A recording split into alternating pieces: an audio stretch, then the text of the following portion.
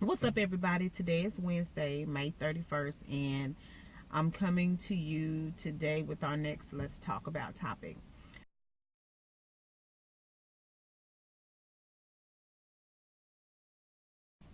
So anyway, today, I was actually going to redo the Let's Talk About inspiration today, but then, as I was working, my mind started wandering, and I was just thinking about so many different things.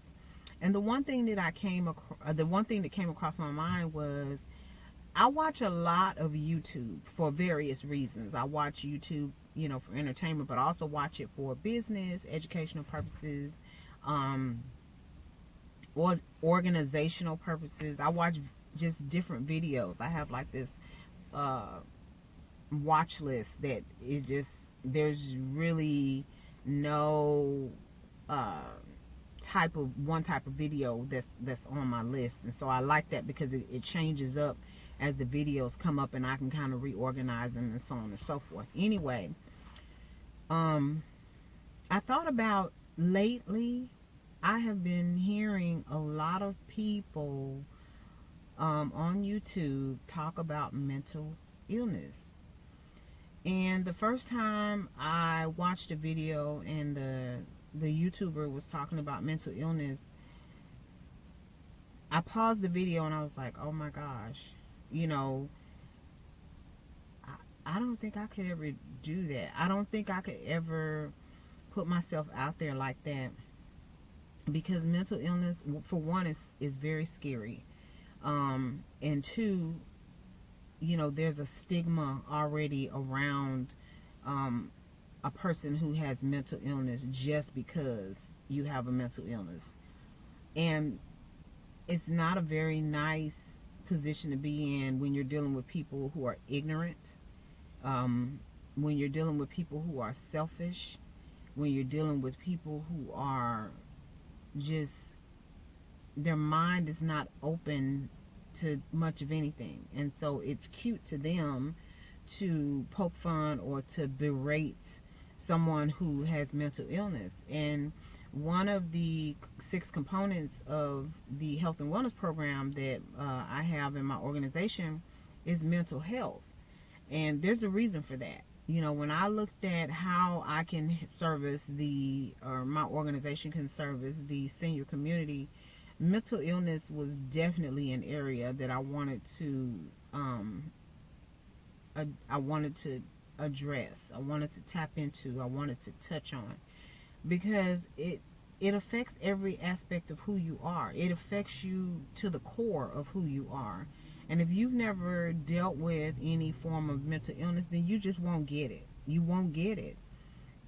And so anyway, back to the YouTube videos, one of the things that, I thought about was, as I paused the video, I was just like, oh my gosh, I don't know if I could actually do that. The person that I was watching, I was just thinking, gosh, she is so brave, because she was just putting herself out there. She even talked about the stigmas and everything, and just talked about all she wanted to do was tell her story, because it's not that she's healed, because I don't think you could really ever be healed from mental illness. I think that you could learn to manage it, and it's just one of those. Some of the mental illnesses are genetic. They're so deeply embedded into your bloodline that that's just the way it is.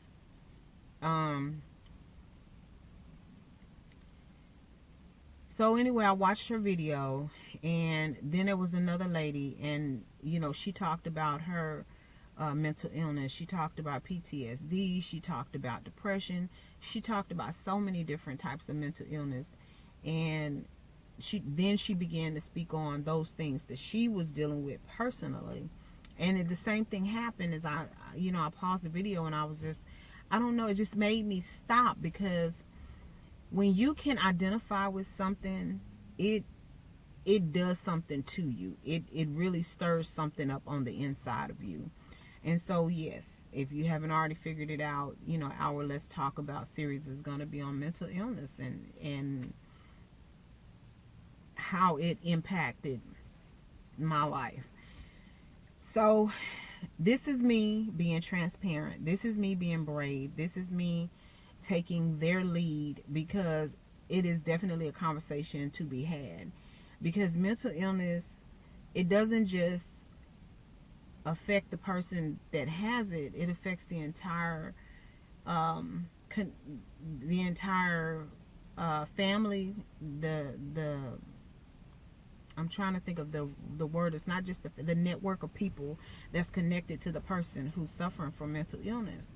Everybody who has mental illness is not walking around talking to themselves. They're not walking around, injuring themselves by banging their head on a wall, or, doing different things like that. Mental illness comes in so many different forms, and the diagnoses for mental illness is so broad.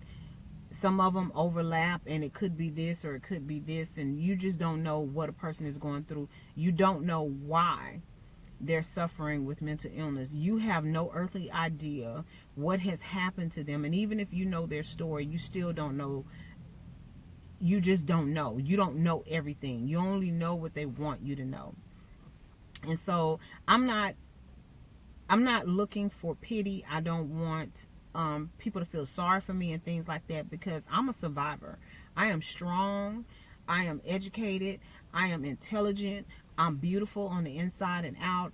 I am a positive person, and that is the type of person that I want people to see when I move around in my life. I don't want people to watch this video and then feel some type of way about me. Now, if you do, then that's on you. There's nothing I can do about that. But I wanted to address this because I think it's important to understand, just because what you see in a person, whether they seem always happy and things like that, you don't know what all they had to go through, what they had to fight through in order to get there. And so pretty early on in my life, I didn't know what it was, but I knew that I had something going on with me, because I've experienced a lot of rejection in my life. I experienced different forms of abuse in my life. I suffered emotional abuse, for one, at the hands of someone that was supposed to love me, but she hated me because of the color of my skin. She's darker than I am, and so she literally hated me because I'm fair skinned, and she automatically equated that with some type of favor. And it wasn't favor, because there was other types of abuse that other people other people inflicted on me because of the fact that I was fair skinned. And it was something about, society go through these different periods where light-skinned is in, dark-skinned is in, Malaysian is in, this is in, that is in. And society is just crazy like that. If you look at things over a period of time, it was fashionable to be light-skinned with long hair and different color eyes. And, I'm part Indian, I'm this and I'm that. And me, I just wanted to be loved. So when I was old enough to really understand what was happening to me, it did something to me. There's not enough time in the world for me to tell you my story, but I'm being told that I really should write a book, and I'm seriously considering it. But my point is, you just don't know what a person goes through. Life is hard enough as it is to go through the things that you naturally have to go through growing up. Adolescence, female child becoming a young adult child, and in their cycle, going through puberty where your voice is changing if you're a young man, going through puberty and you're dealing with acne, and trying to make friends and not being able to make friends, and also life is hard enough as it is. So anyway, I said all that to say that there was just a lot of things that were happening to me, and I decided one day, because I hit a point where life just didn't make sense anymore.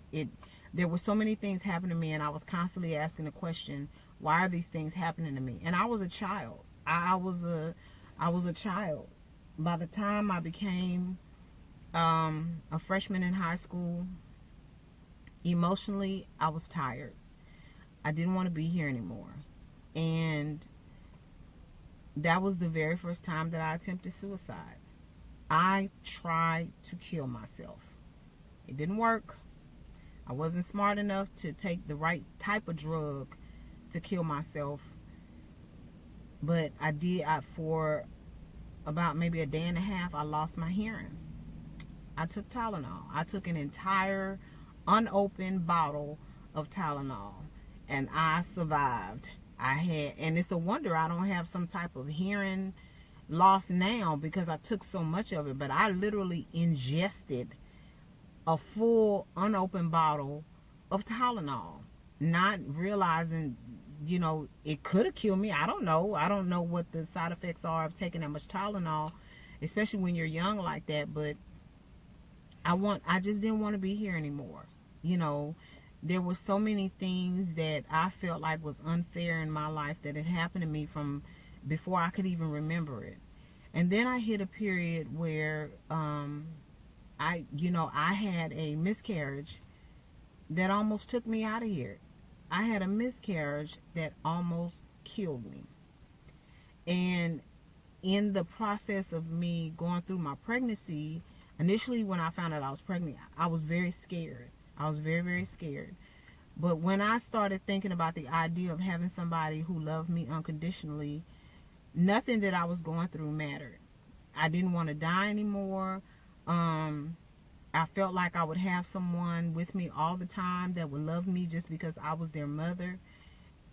That was life for me. And then when I had my miscarriage, I was like, what is going on here? I can't even have this.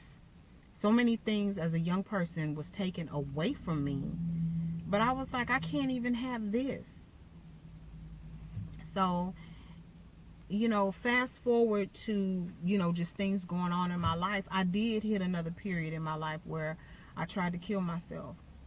And when I was this is right after I got married, and I, was having trouble carrying my children. I had multiple miscarriages. My husband and I were trying to have kids. It was very difficult. I hit a period where I was just like, you know what? Why am I even here? And at that time, he had a death in the family. He had a death in the family, and I don't know. In my mind, he was leaving me, and he was never coming back. I couldn't process the fact that he was going home because he had a death in the family. And my proof that he wasn't leaving me was me being able to go with him. Well, he was in the military at the time. And I don't know if, those of you who are in the military know what I mean when I say he had to take a MAC flight. He took a MAC flight, and on a MAC flight, dependents are not allowed. We had to fly by commercial airline. And so the Salvation Army was actually arranging everything for him, and there were not enough resources to send me with him on commercial airline. And so to me, because I'm like, if he's not leaving me, I'm going to be able to go with him. And I didn't feel like he was really trying to let them know that I needed to be with him. So to me, that was him secretly trying to leave me. And because of that, I just wanted to die. Nothing was working for me anymore. My life was just upside down. In my mind, it was upside down, and I couldn't do it anymore. Anyway, so yeah, he couldn't go to the funeral because the doctors basically came to me and told me, if you don't check yourself into a facility for observation, we're going to check you into a facility for observation. And the difference is, by me checking myself in, I had more leeway when it came time for me to go home versus them checking me in, because them checking me in was signal to the people that was going to be responsible for me that I was a danger to myself. Me checking me in was more along the lines of, I'm having a hard time dealing with some things, and I just need to be in a place where I can learn how to manage that. So I voluntarily checked myself in, and I stayed there a few days, and then I was ready to go home. And that was one of the hardest things, because they wouldn't let me go home when I wanted to go home. And I really started freaking out, because I have a lot of phobias about being restrained and things like that. And I was so scared. That was one of the scariest things that I've had to endure in my life. But yeah, so I mean, there are so many other things that I could tell you about my life, but I wanted to share that because I don't want people who are struggling with mental illness to feel like I was gonna say they have no hope, but at the end of the day, when you're dealing with a mental illness, you don't, the rationale or being able to reason sometimes is not there. Because in the space that I was in the second time that I attempted suicide, you couldn't tell me my husband wasn't trying to leave me. You couldn't tell me the world was trying to keep me from having a child. In my mind, all these things were so real, but I was emotional. I was very, very emotional. I was just, I was not in a good space. And then my brother-in-law was there, and he and I were having problems, and that just made things worse. So anyway, I just wanted to reach out and share a portion of my story with you all, because I wanted to let those of you know who suffer from mental illness, or if you know somebody who suffers from mental illness, please be sincere when you're trying to help them. Please reach out to them. Please help them know that they need to talk to somebody, that they need to get help from a medical professional. If you suffer, or you know somebody who suffers, there are hotlines that you can call. There are behavioral health specialists that you can get in contact with. And if need be, I'm not an advocate for taking medication and stuff like that, but certain illnesses require, because it's a chemical, some of them they stem from a chemical imbalance, so they require medication. Make sure that they're taking their medication like they're supposed to. They're not overtaking it or undertaking it. They're following the doctor's orders and things like that. Make sure that if this is somebody that's close to you, that you're paying attention. People who suffer from mental illness, if their condition is not just treated, because people throw medicine at stuff all the time, they don't even know what's going on, but it has to be diagnosed. Then a treatment plan has to be developed, and the treatment plan has to be followed. And if these steps are not taken, people can get hurt. You got people walking around here and they're killing themselves and killing their spouses and killing, children and things like that, or they're driving into buildings or driving off of bridges. And a lot of times in these different situations, these illnesses, either they weren't diagnosed, they're not being treated, or if they were diagnosed and being treated, the patient wasn't following the treatment plan. So you have so many people connected to people who have mental illness. If you know somebody, I am pleading with you, especially if you are the somebody, please get help. Please pay attention to what's going on in your life. Please pay attention to the signs. Take your medication. If you're having trouble with your medication, talk to your doctor. Talk to your family members and your loved ones. I'm just begging you to take mental health seriously. It is so crucial for us in our society to stop turning a blind eye to mental illness. We have to stop judging people because they suffer from mental illness. We have to stop pretending that mental illness does not exist. Being a person dealing with mental illness, it is real. It is real. And when you're a person going through something like this, and you have people who don't care, who don't believe you, who feel like you're just lying, who's playing a game, they're not taking your situation seriously, there's nothing good can come from that. There's nothing good that can come from you treating someone who is telling you that there's something wrong, like there's nothing wrong. Everybody is connected to, whether you're related to or friends with somebody who's suffering from mental illness. If you are suffering from a condition that falls into this category, you are not alone. Please reach out to somebody that you know you can trust and tell them that you have a problem so that you can get help. I'm asking you to help me get the word out. Get the word out. Mental health, mental illness is real. It is real. And I know I'm going to upset some people, but I'm going to say it anyway. While praying and religion, spiritual beliefs and faith are one aspect of who you are and what you do, you cannot throw a Bible at everything. Telling somebody that I'm praying for you, telling somebody to go pray, telling somebody to it's because you're not in church, you're wrong for that. Yes, I know the word. We wrestle not against flesh and blood. I get that. But you cannot throw a Bible at everything. Some things you have to deal with the way the world deals with them. You have to go to the doctor. You have to take your medicine. You have to. You cannot throw a Bible at everything. Nobody's saying don't pray. Nobody's saying don't believe in God. Nobody's saying anything like that. What I'm saying is that is not the only thing that is going to resolve the problem. You have to help people understand that spirituality is one aspect, one piece of the puzzle. It is not everything. And that is where religious leaders, church leaders, that is where they're getting it wrong. I'm sorry. No, I'm not.